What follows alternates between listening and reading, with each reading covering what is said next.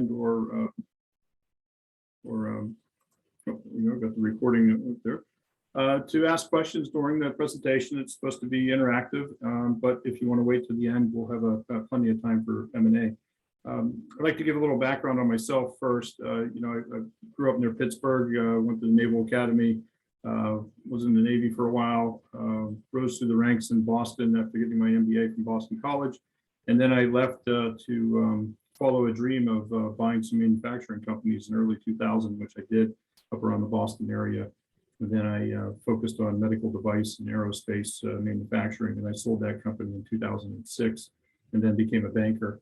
And most of my last 15 years, I've spent quite a bit of time in Western Europe and in US orchestrating M&A deals in mainly industrial manufacturing arena, and quite a bit of cross-border experience garnered that way. So when I talk to you today, it's basically a lot of experience dealing with different cultures and different businesses, and whether they are family owned or whether they were owned by a corporation. There's some great lessons learned that we can bring out in this presentation. The goal here is to just give you some ideas of what adds value when you sell your business. And as you look at the screen right there, you can see some steps right in the middle of this first screen, and at the top right is a dollar sign. So it's a path here that through many investment banking deals and or projects, we could lead you down the right way to try to increase value. Like I said, ask a question anytime. Well, it's a fascinating time in the M&A world. We're in some regards in the 13th year of an M&A bull market, and it seems that this year is just as busy as the previous 12. And there's multiple reasons for that, especially in the mid-sized companies, ranging from 5 million up to 400 million. It's a very active market. And one of the items that you could read this list here for yourself, but one of the big items here is the fact that interest rates are very low, and there's a lot of money sitting on the sidelines looking to make acquisitions. Now, just a couple quick reads. The big strategic companies, and when I say strategic, those are like Stanley Black & Decker or Pratt & Whitney, big strategic companies. In some regards, they could be smaller companies as well that might have 100 or 200 million dollars of revenue, but you would call them a strategic company because they have the size and the wherewithal to make some bigger decisions. And sometimes that is global, but other times it's just in the North American market. So we have that. And basically, if anybody knows anybody in the finance world, most of those finance officials at the Black & Deckers of the world and elsewhere have already refinanced all their corporate debt down to low interest rate debt levels. And so that will stay with us for a while. So the lines of credits are very, very deep and not used that much. Now, in the financial companies, commonly called private equity, right now there is estimated nearly $500 billion of money sitting on the sideline that the private equity firms have to invest over the next 5 years. The private equity world, just think of it this way, is their holding period generally is about 4 to 5 years. And basically, with the private equity world, what they're trying to do is generally acquire companies in a certain sector at the same time to all of a sudden give scale. So they might buy somebody in Connecticut, and then all of a sudden they buy something in Boston, and then they have New England covered, and then all of a sudden they start looking for something down in the mid-Atlantic area, down in Pennsylvania or Maryland. And so they're trying to create a super regional expertise on a certain level, that they have a 4 to 5 year investment period. And right now there's about 5,000 private equity firms. And personally, I probably deal with about 400 to 500 of those private equity firms on a given basis.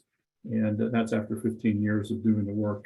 I have a good idea of who is looking to buy what. But so you have the strategics who've refinanced their debt. You have the private equity who have a lot of money sitting on the sideline looking to make acquisitions. Right now, about 60% of all acquisitions are done by private equity firms. And then there's family offices. The family offices are starting to grow a little bit more. Think of Bill Gates. Bill Gates has a family office, and that family office most likely invests in life sciences and or something that's transformational along those lines. The Pritzker family out of Chicago, the Pritzkers have a project now where they're doing a lot of green investments. So families that have made tremendous money over the years, and now they basically have investment teams that are out looking to make direct investments. They compete with the private equity model quite a bit. So there's the three levels.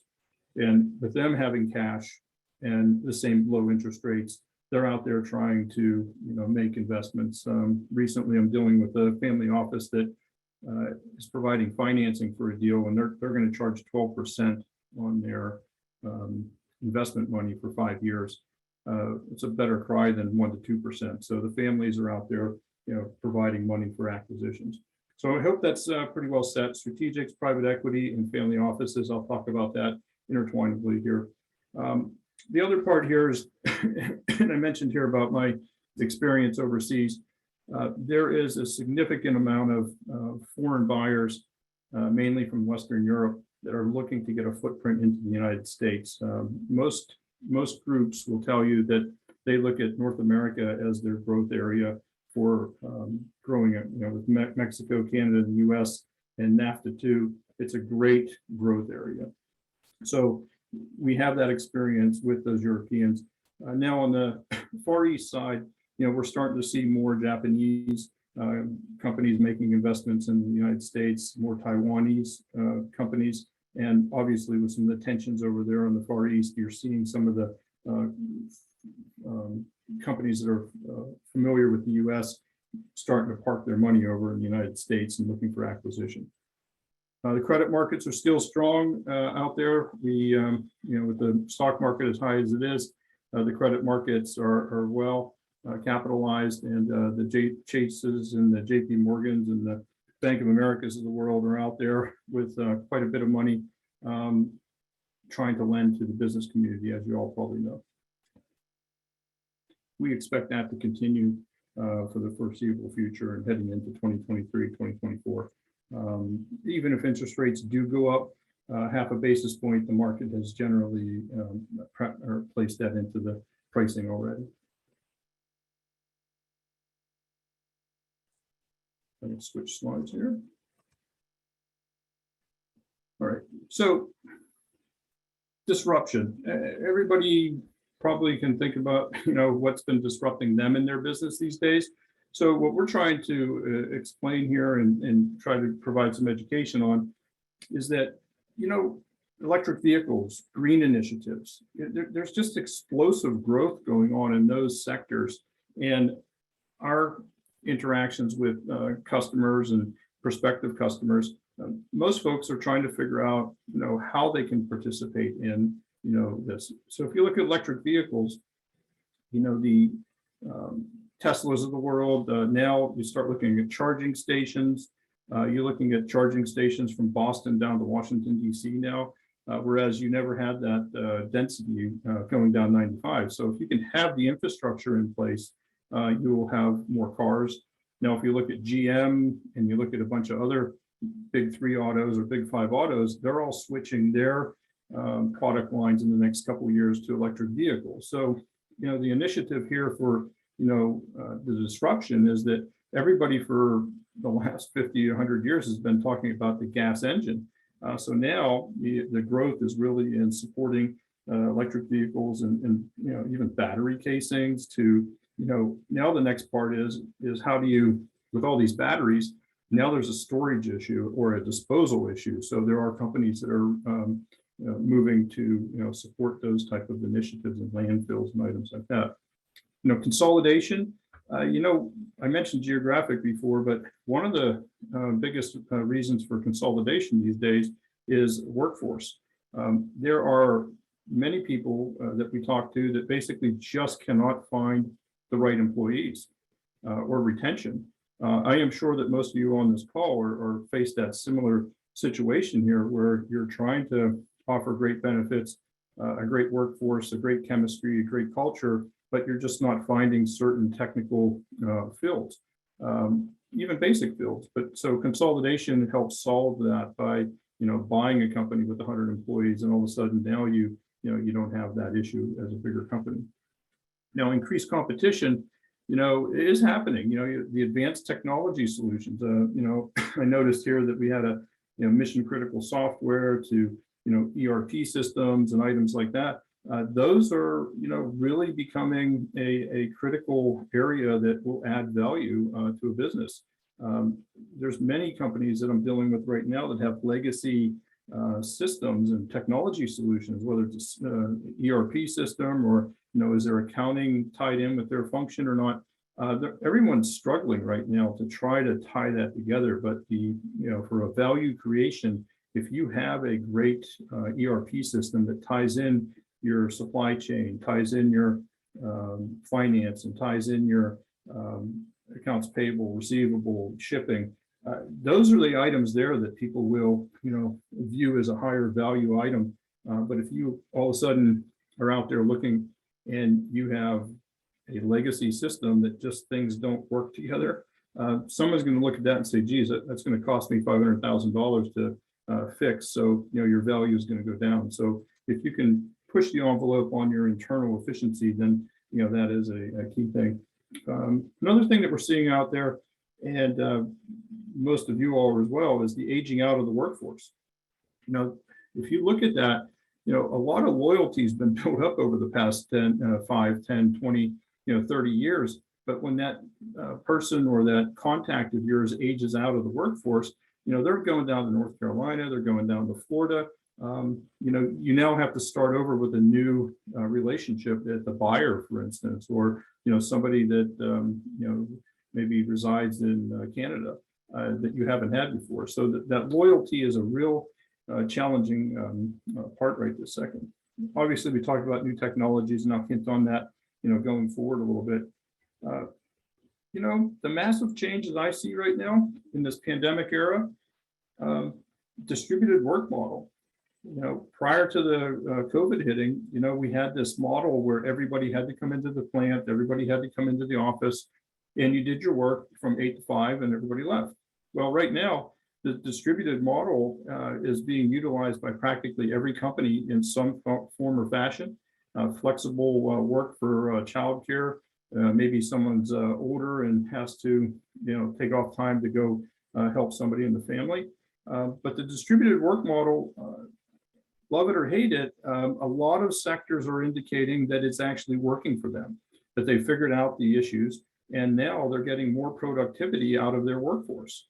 So I think, here, these challenges that you see, I think if you're the business owner, you just have to realize that these massive changes are happening. They're happening now, and there's an opportunity for you to somehow get out in front of it. But if you just ignore all these areas that we just talked about here, there's a chance when it comes time for talking about adding value, and if you can't explain what you've done, even on 1 or 2 of these items, then I think that you're behind the 8 ball a little bit. Did anybody have any questions on this so far?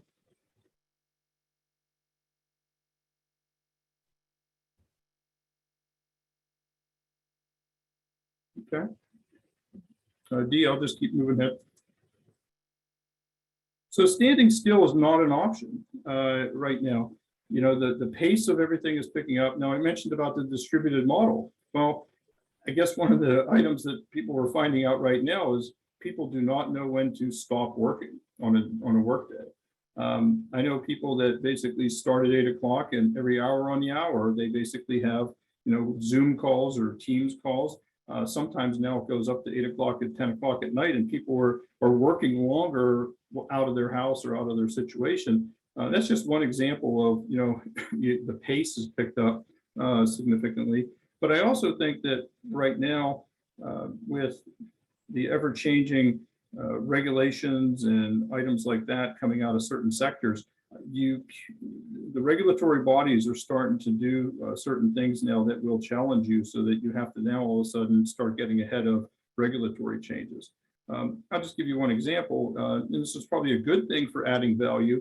But a few years ago, and I'm sure folks in the HVAC sector will know this, but you know, the regulation came out that they were going to phase out R22 refrigerant in the AC units. You know, that was a very big, bold move. And the metric was around 2020, 2021 to have, you know, R22 taken out and new environmentally friendly refrigerants put in. So why am I bringing it up? So if you're an HVAC and all of a sudden you have all these houses like my house, and you have the system, well, when you come out for the changeover, oh, you gotta, we gotta take out the R22 and we gotta bring in the R410 or whatever it was. And there's an upcharge for that because the green solution was a little bit more expensive. Well, then now the technician's sitting out here looking at the AC unit going, hey, I think this unit's like 15 years old. I think that there's a chance here for, this part needs to be repaired. So by changing over the R22, that HVAC field service team was able to generate maybe 2 or 3 times the invoice because it was just that regulatory blip that happened. So it doesn't happen overnight, obviously, with so many houses, but if someone could show recurring revenue changing out the R22 versus their competitor, that is a hidden value that you could point to. So this may be a trick question, but in reality, you have an idea of what your value is, and that's great. But in this world of investment banking and mergers and acquisition, it's really what the value is to them. So the story. I mean, you're great at your business, you're great at selling product or selling a service, but the reality is that, okay, great, you're that way, but does somebody really think that you're doing it best in class? I don't know, but at the end of the day, someone comes in and talks to you, they might look at this and say, boy, you have 50 field service people, we have 20, and you happen to have, from Hartford down to Albany and then down to New York City, and that's a territory that we have not been able to get into. So in their mind, it's probably worth them to have a better value for you. Now, if there's somebody that is not appreciating your geographic territory and the complexity of your end markets, then basically they might give you a lower value. But it's worthy of the story to look to figure out how we can position the company to get some outlier bids for you. I'll talk here a quick second about what we call a competitive process. So in a competitive process, a company, let's just say it's a machining company that basically would like to, the owners have decided to sell. So we come in and there's maybe a few months of getting to know each other, getting the story together. But basically the idea on a competitive process is we get these, I mentioned before, strategic companies, private equity, and the family offices. So our job is to know who those 200 or 300 companies are that might look at this project. And so we basically create the document, create the story, and then we go out and talk to those 3 groups, the strategic companies, the private equity, and the family offices. And we'll get a quick no from a bunch of people, but at the end of the process, we basically will find those 10 to 15 people or groups that have an interest to learn more. And so it's once you cast the net and bring them in, you'll find out who the serious bidders are and the not so serious. And as the process moves further, we ask for evaluation. And so the initial non-binding indication of interest from the bidders will give you a range of value. And at that point, you can evaluate if that value is something that is good for you or bad for you. And then we move forward to the next step. But again, you have to tell the story in a different manner than it is going out to sell a customer on a new product. It's a different mindset here. So are you ready? Now, you potentially could have this idea that you are a strategic company and there is somebody for sale in the neighboring town or the neighboring state, and you act as a strategic buyer. And so are you ready to go make an acquisition to double the size of your company? that is one option that faces you, is to grow, you yourself grow through acquisition. Of course, you're going to need some financing and some other, due diligence done, but basically that is a right way. Another part would be a competitor. A large competitor of yours might come knock on the door someday and basically ask you if you'd be interested in selling your business. Now, obviously, that group has been a competitor, might be a competitor for 5 to 10 or 20 years. So you have to sit back and say, well, do I really like that group? Have they really done well? Or, did they do something 7 years ago to my company that I don't trust them? So there are those ways where the competitor would come over and talk to you about, selling your company to them. Different mindset there on how you handle that. The other part is the private equity world. Private equity world, as I mentioned before, has lots of cash available, and they're trying to build a geographic footprint. Those folks are constantly calling on the phone. I'm sure that you get phone calls on a daily basis. I have a current client right now that is, he had received 51 emails and phone calls from one private equity firm before he asked me to talk to them. So are you ready, though, is, you get these phone calls, you get these ideas, you get these opportunities, but what have you done to position your company to be able to handle this? Like I mentioned before about an ERP system. Is your ERP system strong enough that if you make an acquisition, you would just assimilate all the other companies' information onto your ERP system, and you would have a scalable opportunity? So if you don't have an ERP system that can handle that, then that could add some challenges to getting a deal done. Now, conversely, with a private equity group coming in, you, the business owner, are looking to exit. Potentially, you just don't want to be involved with it anymore. Well, so that's fine, and you may get some chips to take off the table and head, to retirement. But the private equity firm is going to look at your management team. Your management team is who is staying, and that's who they are betting, their investment on, is that your GM or your head of marketing or your head of sales or your chief finance officer are solid candidates. And, if you don't have a strong marketing team, there's some great groups out there where you could be outsourced marketing, but at the point of discussion, just be really honest with the potential bidder about, look, we don't have a CMO. We've been using XYZ to help us, and basically we could really use your expertise in marketing. They may have somebody in marketing that basically can assume that type of role and help out.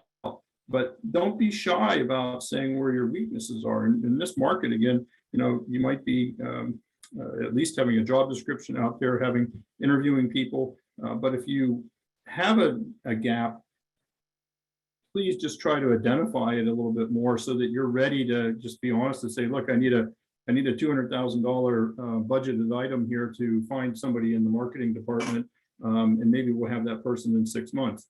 So I'm picking on marketing as just an example, but quite a few business owners, and especially family business owners, their biggest challenge is trust.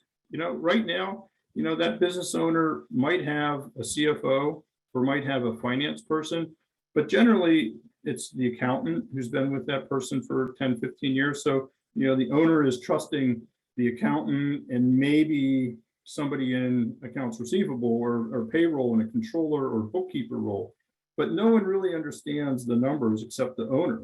And so in those particular cases, if you don't have a team that's looking at running your business, or someone who is a functional group, say the CFO or the finance officer or the bookkeeper, and all you ask them to do is do bookkeeping, and you don't ask them to do advanced work to help you understand the numbers better or be more strategic, those are the types of items that you can address right now by making sure that you start involving some people other than the family to look at your information. Any questions at all on any of these last couple slides?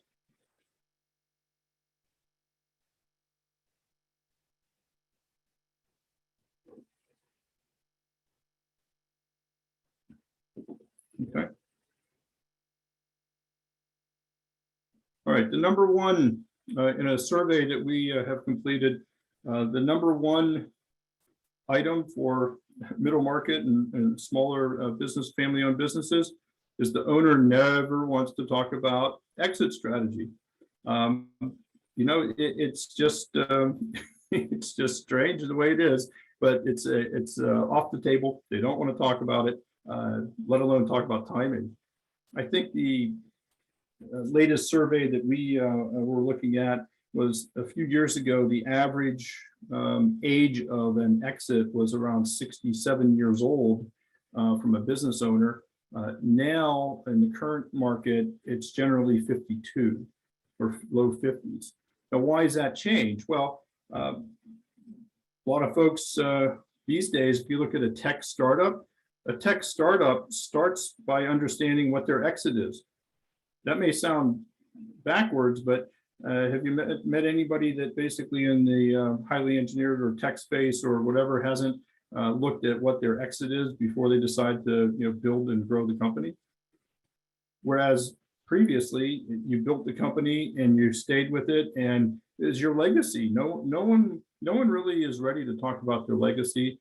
I had one group where there was the second and third generation were involved in the decision, and it was interesting because they had 19 people at the board meeting for this company, and basically it was the CEO and his sister had 55% of the company, and their kids and their grandkids were on the board, and the stepbrother and stepsister had 45% of the company, so 100% total. And it was really unique. They were all polite.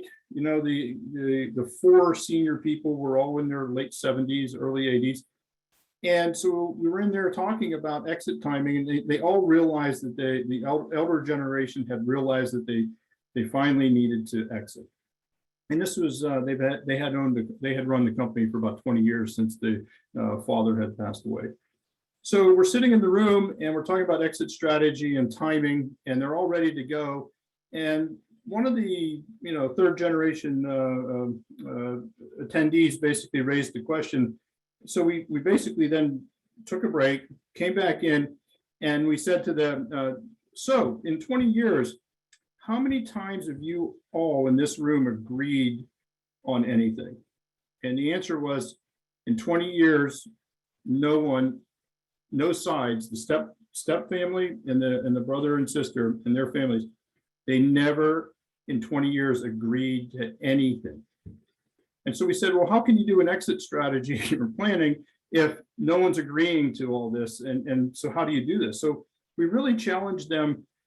We stepped away. We came back a month later and we asked them to work with their wealth advisors and their CPAs to try to understand the key issues here about why they couldn't be on the same page about strategy, and then also about, and we said timing. And, this is when the era was coming up where taxes were going to go up and capital gains. And, a lot of them were like, oh, well, geez, I want to avoid a capital gains increase. And others are like going, well, it's only 20%. I just don't want to, rush it this year because, we have the holiday bonus distributions coming up, and I don't want to rock the boat with the other employees. So again, examples here of how you can get ahead of this is that if there are extended family in your business, really sitting down and understanding what their timing is and working it back into understanding what the strategy is for the company. It's really important for adding value, because if you can't get those basic blocking and tackling items done within the family, then when you go out into the market, it becomes a value destroyer if all of a sudden the bidders are sitting there going, well, geez, uncle and aunt haven't talked to each other in 10 years, and how are we going to do this? It does happen quite a bit, and in this complexity, this day and age, understanding your exit strategy is really, really important. The other part to say is, again, I mentioned management team before. Do you have an heir apparent? And have you groomed that person to be the heir apparent? And that takes some time. That takes some effort. but it doesn't have to be perfect for you kicking off the market. As long as something has started and people have been identified, maybe you bring the VP of engineering in to a more, more seasoned role. As long as the bidders see that you've made that commitment to a management team that has functionality and doesn't, get micromanaged by you, that adds value. So you've got to really figure out who your top 2 or 3 lieutenants are and who can be the leader going forward. Well, preparation, it's when, who, what, how. How I'd like to start this by saying is that, by just listening to this presentation, hats off to you for just trying to learn a little bit more about how we view things. My personal opinion is, especially a family-owned business, talk to your family. Understand if now's the time and there's reasons for it, or someone says, hey, Mom, I think you should stay on board. You got to really understand what your family is looking. You've probably worked a lot of long hours over these years. You're always away, but they're all supportive. So really make sure we talk to the families first. Second of all, you probably have some business folks that you've dealt with over for 10, 20, 30 years. Maybe you're part of the CTMA and maybe somebody there that you trust, and maybe you go have a beer or you go talk at the golf course or, just go do something and talk about, what you're thinking and try to get somebody from inside your close ring of friends to, give you some advice. The next part is that your CPA and lawyer, obviously, you probably have had many discussions with them over the years. It's a good one to try to, just pick their brains a little bit. I think the other thing is the wealth manager. At some point here, somebody has, significant shareholding, generating significant cash flow, and basically you have family and or investors that are getting some type of distribution. So again, the wealth planner is going to look at this and say, well, let's sell the company. You get $15 million of proceeds. We'll invest it, and we will do that. So between the CPA, legal, and wealth advisor, those are probably some of your more trusted folks that could give you some advice. Now, obviously, as an investment banker, we get recommended in by lawyers and accountants and wealth managers to come in and talk about how we do things. But again, I would start with the basic: your family, folks that you deal with in the market. Gauge some feedback. Somebody might know somebody that did something and had a great outcome, and they think it'd be good to talk to them. So when do you start? Like I said, you should really consider on some basic items starting now, or starting pulling things together. I just got done with a project, and just from an IT standpoint, you don't have to be starting with numbers or items like that, but on the request here for closing, the IT with cyber threats coming up more and more, the buyer wanted to know what your plan was for your IT. Sort of like, give us a technology roadmap for 2 years. That's the first question here. I'm looking at the sheet right now. Yeah, so they want to know what your technology plan is for your infrastructure. They want to understand what your plan is for cybersecurity. Those are things that you can probably go get some vendors to come in and talk to you a little bit more about those type of items. And again, you're not making decisions right this second. You're educating yourself about those type of items. If you feel that you have a gap there, then try to find out some things. What's my business worth? That's probably the biggest question everybody comes up with. There's multiple ways for us to try to value that business. There are valuation shops out there that all they do is provide valuations for estate planning. I will say that a lot of those valuations are quite different than what the market will bear.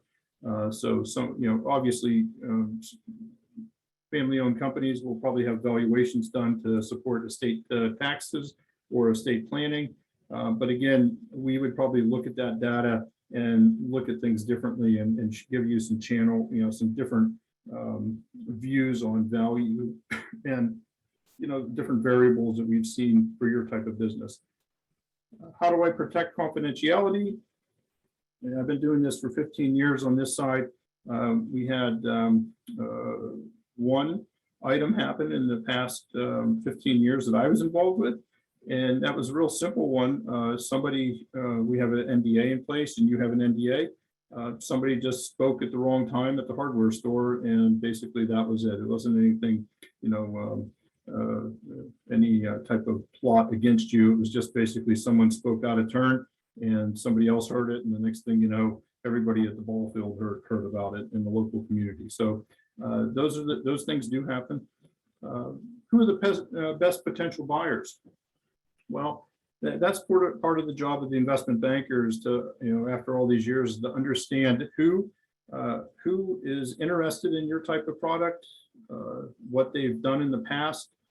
So I have personally, I have probably about a 10-year history with a bunch of private equity groups, and I can tell you what they like, dislike, and how we would try to position your company to have a view.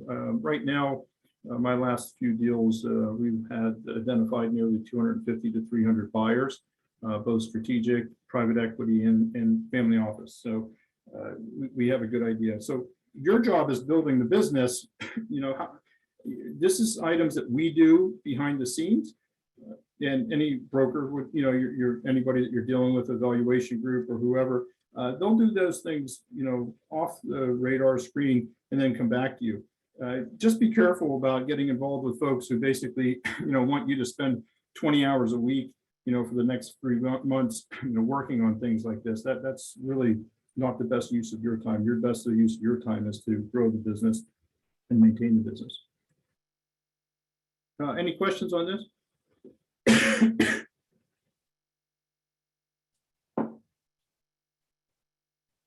Okay.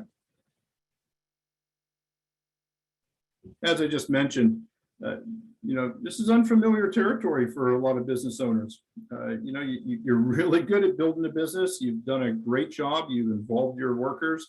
Your reputation in the community is fantastic. You are part of the community. A lot of people are employed because of you. So that's all great, and that's what you're supposed to be doing. From the other side of the house, though, is that your expertise is not in creating the value from a exercising an exit or a timing piece. That's where you really need to have an A team of your legal, CPA, wealth, and bankers all together to help you. Trust is a big part here. As you're in unfamiliar territory, you have to have a banker that can level set with you and point out the path going forward. General rule number one: be ready to sell at all times. Now, you're looking at this and you're saying, how on earth can I be ready to sell at all times? Well, if you're planned properly, and I mentioned some points before about your staff, your accountant, your ERP system, it's how you measure your business on a daily basis. Do you have weekly reports that someone produces that you sit down and review with your team?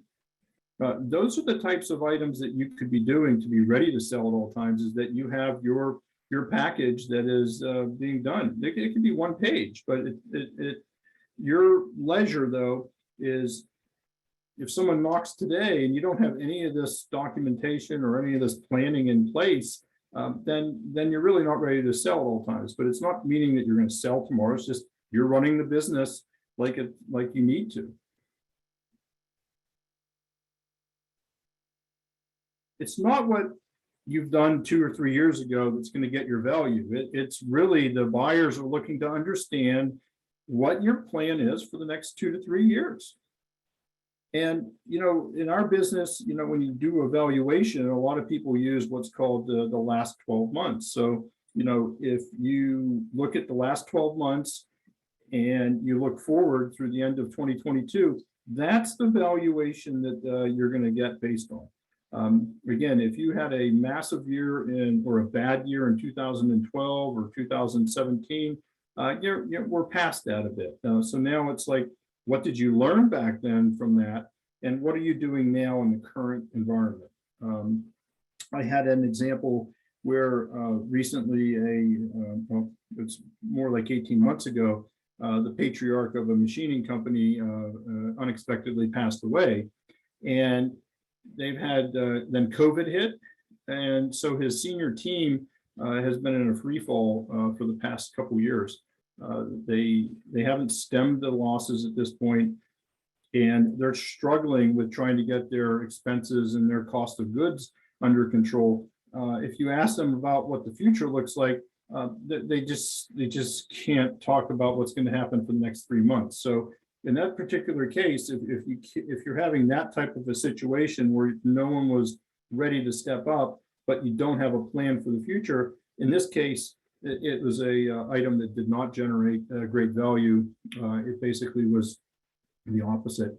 So if you have a plan here with your top 20 customers to grow the wallet share, and you get some projects lined up, and you hire somebody to come in, and you're showing this momentum going forward, that will play off in all the documents that we create for the buyers. Now, you know exactly what your business is worth, right? You know exactly where all the values are, and you stay by it. But in this particular picture here, we love this, is that people are looking under the table. They're looking everywhere for the value drivers. Excuse me. And so your advisors will help you draw out that information.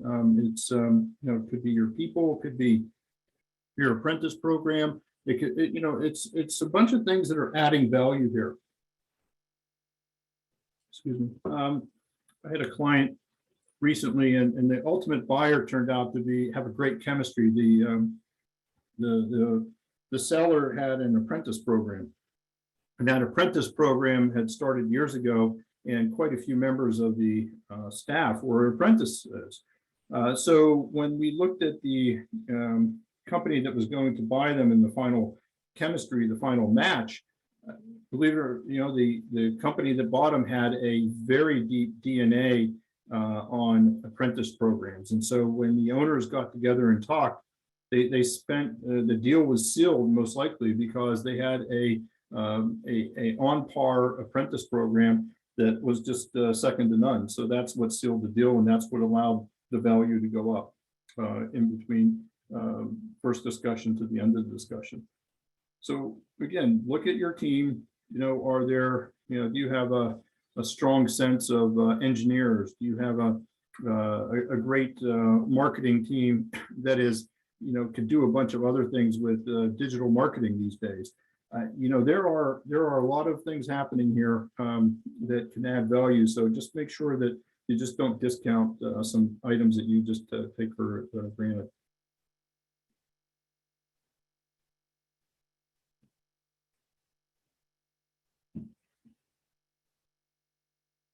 Well, this turns out to be a really interesting slide, because in this day and age, a lot of people are looking at, suppliers. Well, there's been a trend over the past towards lean manufacturing to, try to be, tight with your supplier base to the point where you have 5 suppliers. When you get an over concentration of suppliers, you tend to occasionally have some challenges. Like Uline, for instance, might be somebody, but there's a lot of online group, Granger, Uline, items like that, that's part of, people using online services to do that. But, if you're in the metal cutting industry, there's only certain, distributors that stock, certain aerospace alloys. So, you basically are caught with this situation where if you're in, Aerospace Alley in Hartford, there's a few nice spots out there or companies that distribute the alloys, but right now they're all getting surcharges, and everything's going up in price, it seems. So you can't get out of that supplier concentration. So on customer, What I would look at is my suggestion to you is when you put your list of 50 to 200 customers down, it'd really be interesting to understand who the parent company is of those customers. In a recent example, a company had 1,000 customers, but it turned out that if you looked at like the top 50, 4 or 5 of the top 50 customers had been bought by a bigger company. And now all of a sudden you have a bigger business unit. So when you look at the customer concentration, it's really, oh, wow, we now have a credit risk to some company that's, a Fortune 500 company. Are you comfortable with that? Well, if you look at aerospace, just as an example, when Boeing in July of 2020 announced that they delivered 1 airplane, that was the lowest delivery ever in the history of Boeing. But if you look at anybody who was in that supply chain, you got local machine shop that was providing something for the landing gear into some, tier 2 company in, East Hartford. I'm making this up, but East Hartford. And then all of a sudden they're going to the, the Pratt's #1 group. And all of a sudden the word comes down from Boeing, hey, we need to like kind of push everything back out. So that ripple effect came the whole way back down into many of the machining shops, because it turned out that they didn't realize that 3 or 4 of their customers actually were related to the Boeing program for the 737. Just as an example, but that's how you have to look at. So I would suggest in advance of your next steps is analyzing who those customers' ultimate parent is, and you could potentially go out and get a Better Business Bureau or a credit report on them, and so you can have a credit score so you know how much exposure you have to those certain customers and whether they're good paying or not. Sector, look, in the United States, I love all these folks that give all these suggestions out there. Look, auto, building products, and aerospace is about 75% of the entire United States GDP. There's no doubt about it, and so, if somebody decides to get into transportation and that's passenger cars, okay, that's one thing, but off-road vehicles, heavy duty vehicles, military vehicles, that's transportation. So, you can easily see someone being, 40 or 50%, weighted towards the, the transportation sector. Same thing with aerospace. You want to be aerospace? Great, be aerospace. There's plenty of opportunities to be aerospace. But, if all of a sudden, you're out there and somebody goes, well, transportation 60%, building products is 10, and aerospace is 10, they might pick on you and say, oh, yeah, you're too overweight to transportation. So, is it easy to make an acquisition from an aerospace company buying a transportation? Not so fast, not so easy, but you have to look at your customer concentration or your sector concentration.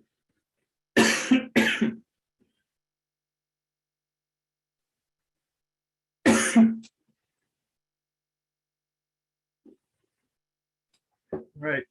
Well, is your CPA really just doing the books, or is your CPA really helping you with tax strategy? I'm hoping that your CPA has that capability to provide, that strategic vision and help you with the tax planning. When we start working with a client, the first thing that we want to do is when we build our financial model, we're looking for the CPA. And we're just trying to look for those numbers. We're trying to work with them to understand it. Then you have the internal financials. But that's financial reporting. That's what's your COGS, what's your expenses, what's your net income. But we're talking tax planning here. And again, a lot of these things you cannot change the day before you close. This is something now. If you're middle of the you're coming up on midpoint of 2022. Hopefully you got all your reports done. If you can go from a reviewed financial to an audited financial, that's one way to look at it. But tax planning really is, hey, look, you got Section 179, accelerated depreciation on equipment. Right now, I believe, if I read it right, January of 2023, the accelerated benefit of Section 179 disappears. Where right now you can right off up to 100%. Now it's going to drop back. So is tax planning getting rid of old equipment that hasn't seen much good productivity in a long time, and going out and trying to buy some new equipment if you can find it, and take advantage of the depreciation write-off? So those are the types of things that should be looked at now, as opposed to waiting till November or December, because there's a good chance that you may place an order, but you won't get that equipment in place. But you can make some charitable donations this year that basically will help you, down the road as well. But so be looking at, a lot of people were upset when they were talking about capital gains, potentially going up a few percentage points, almost doubling. That was last year. Well, this year is a midterm election, so there's really been no talk about increasing capital gains rate. So that's most likely off the table because of an election year. But you should be looking at what your, I ask these questions. Do you know what your tax basis is? If you owned your, your company, for 10, 20 years, your tax basis is probably, down very low. So all of a sudden you sell the business for a very high number, and you all of a sudden are faced with $5, $10, $12 million worth of a gain. Then you start looking at the tax planning about how that gets distributed and what your base is. So if you don't know what your basis is right now, I would just ask your CPA to try to understand that a little bit better.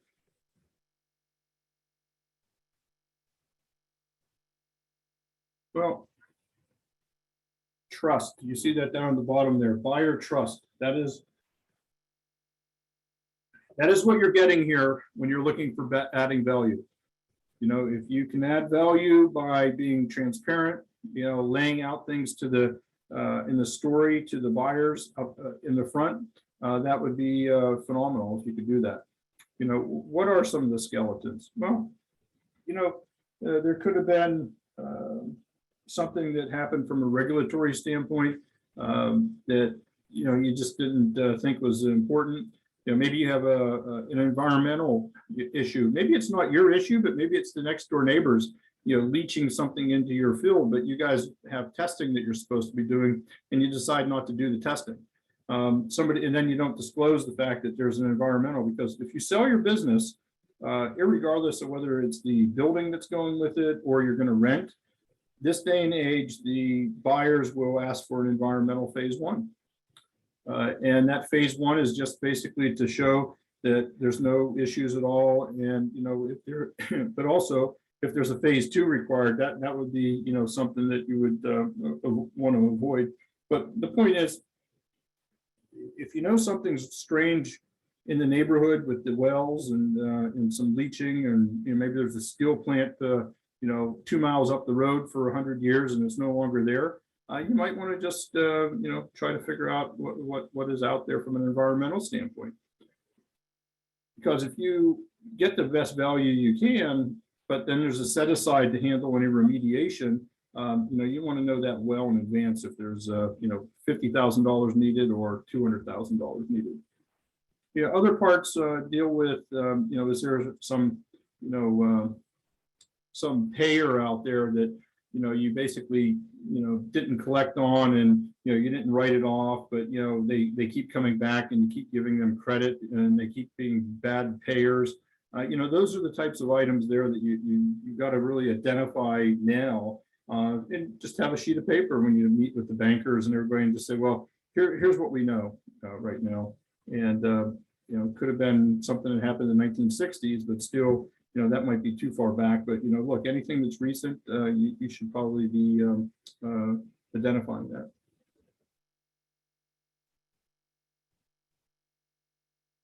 Has anybody heard of Glassdoor? Well, Glassdoor is here to stay, and Glassdoor basically is something here that's really eye-opening these days to a business owner. And the business owner can feel like they treat their employees well and everything's fine, but Glassdoor gives people an opportunity to talk. And what you're seeing here on a lot of anonymous employees, doesn't recommend, negative outlook, disapproves of the CEO, This is one example here. This is a true example. You know, the pros. That was quite an interesting one to hear, that the ownership and the management all of a sudden got aware of this, and they're just trying to figure it out. But again, a buyer is going to be out there scanning the web. All their employees do Google searches. They're going to find a Glassdoor. And again, not that you can stifle any of this, but you know, the idea is that you should be aware of what ex-employees are saying about you, or even current employees.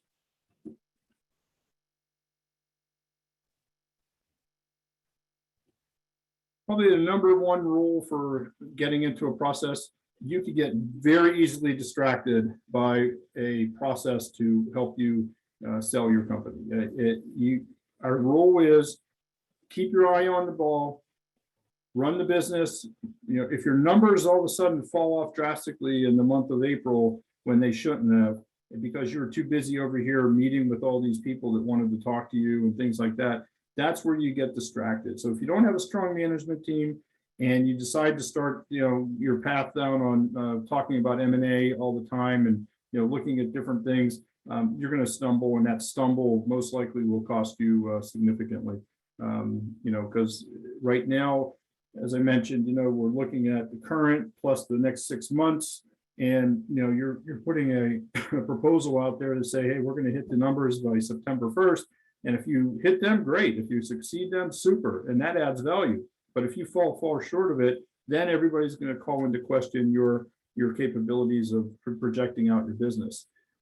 So again, this is where your CPA, your legal, and your banker basically can run the interference, do the work, pull you in when they need it. But we're not going to, you know, we're going to constantly update you. But there's things that you should just let us, you know, handle versus trying to dig in yourself. So that's enough said on that, I guess. So discipline. Selling a business takes just as much discipline as building it. And I don't need to say that too much more here, but you know, if you're all over the place looking at different items and basically your team is not focused on core items and not held accountable on certain things on a more frequent basis, those are items there that basically will detract from value. So there's a chance here for you now to, you know, start getting a little bit more discipline on areas that you haven't been able to focus on in the past.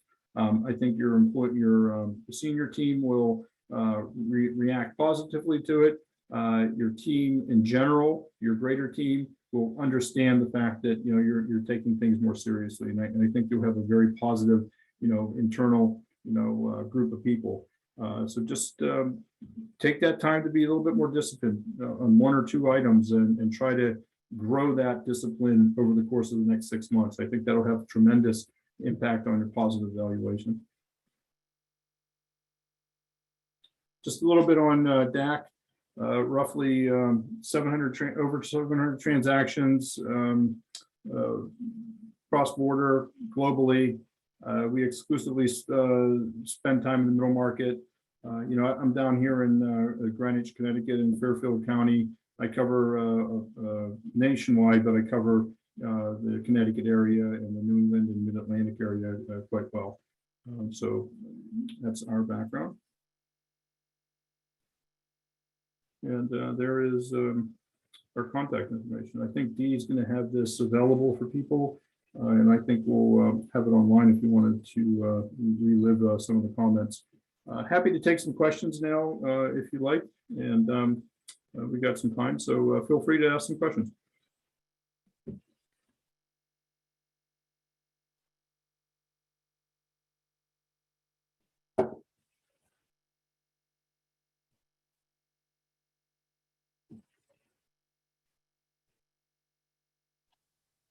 Dee, I can't hear anything. Should I just go ahead and stop share and then come on?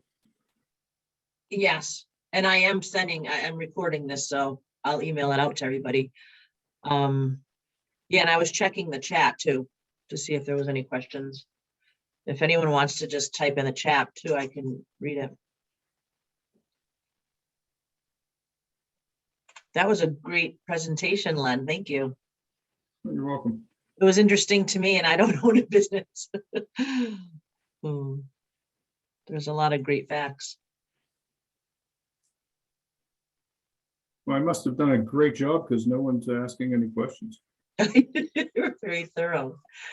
Well, it is lunch, so people probably have had their lunch already. Right, lunchtime.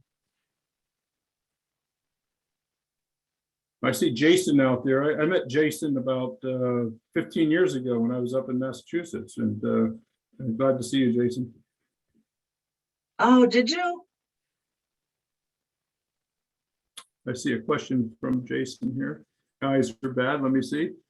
How do you determine some of the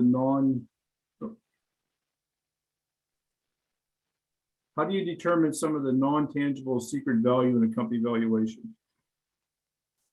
Non-tangible. There you go. So it's not a piece of wood sitting around laying on the side of the building, which is tangible. This is basically the non-tangible. Well, I think when you look at software, sure, Jason, I think you can go on audio. Go ahead.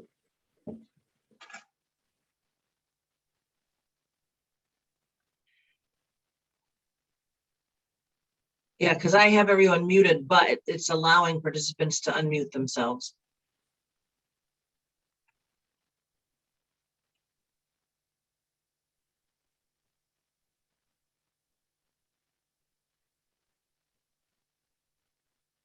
Jason, nothing there, but coming through. But to answer your question, how do you value the valuation? Well, I think from an accounting standpoint, you look at the age of something. So like a non-tangible item to me is like potentially the brand. It's basically what's part of goodwill, what isn't. But I have a client right now that's built 2 brands in 40 years, and he's very much insistent that the brand is valuable because he doesn't want to have it taken over and all of a sudden the brand after 40 years gets taken away, because he knows where his customers are calling into, which phone lines and stuff like that.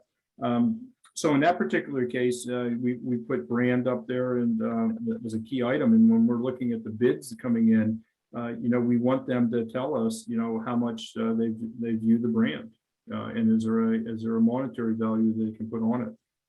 But in general, go ahead. Yeah, there we are. I had to link the audio to make this thing work. So, Len, good to see you again, and thank you for the presentation. It's been very, very good. I was in at the beginning, and it's been great feedback here.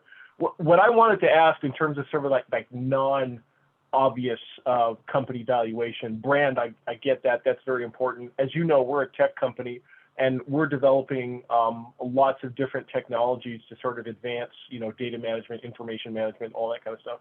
And, I had a little bit of time talking to folks about how you evaluate company. And one of the things that was expressed upon me was a valuation multiplier. So you have your assets, you have your customers, you have your long-term agreements, et cetera, but you may be developing technologies internally that actually create value for the company, i.e. this value multiplier. And it's always been curious in my head is how do you actually articulate a value multiplier to a prospective buyer? And moreover, like, how do you, if you'd worked with us, for example, how would you distill or figure out maybe there's value multipliers that we're not even aware of, right? Because one of the slides you mentioned earlier was your prospects will uncover value that you may not have seen, but I'm pretty darn sure they're not going to tell you that. You're just going to like give them the straight goods and they'll find something, but you want to know that, oh, I have this secret value, and maybe they uncover it, maybe they don't. But you as the advisor would help us do that. What's that process look like? Look, it's a super question. I have to go back to the very first deal, one of the first large deals I did in 2010, to give you an example. The owner of the company was a global company. It was #2 in the world in what they did. And basically, he refused to let his 5 business units talk on the same ERP system.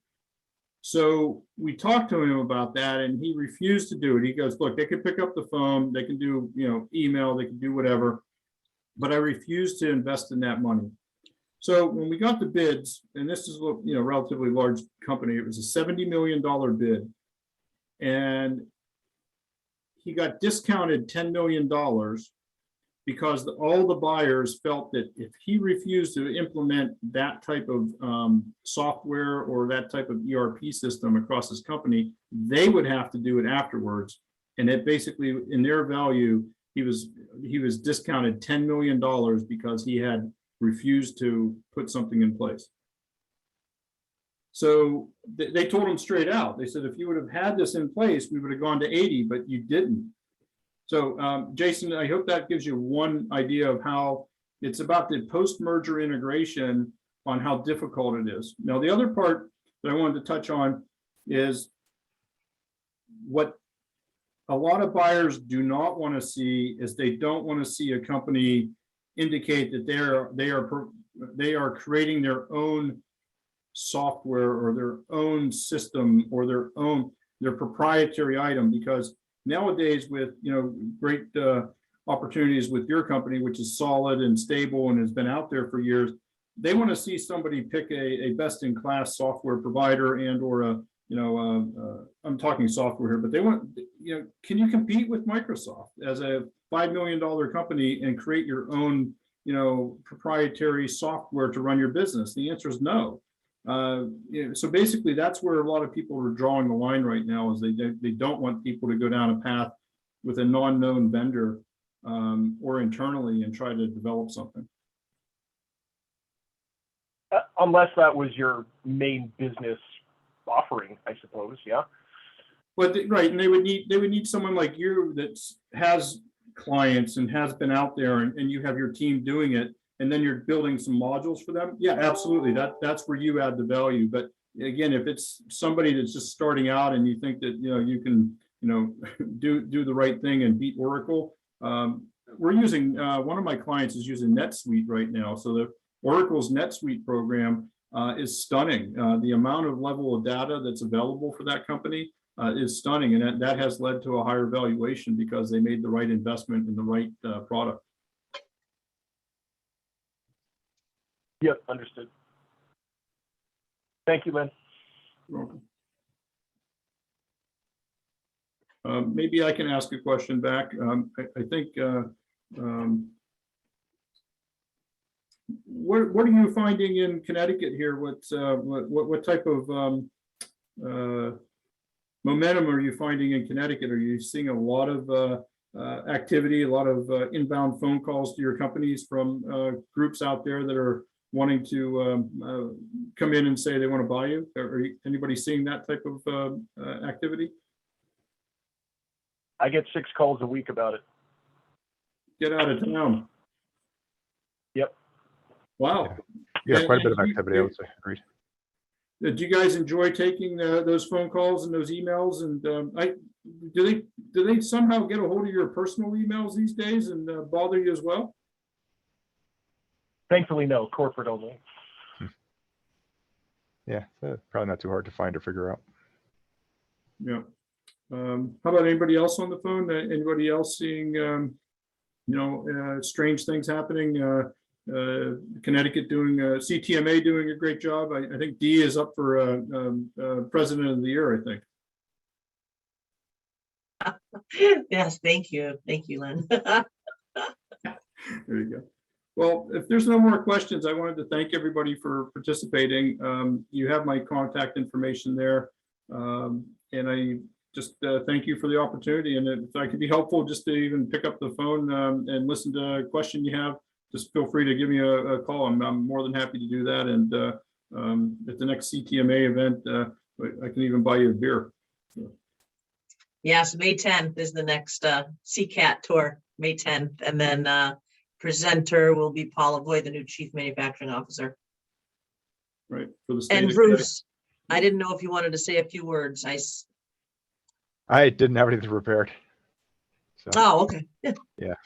Super. Well, thanks everybody for coming on board. Again, it was my privilege to talk to you, and happy to talk to you down the road. Thank you.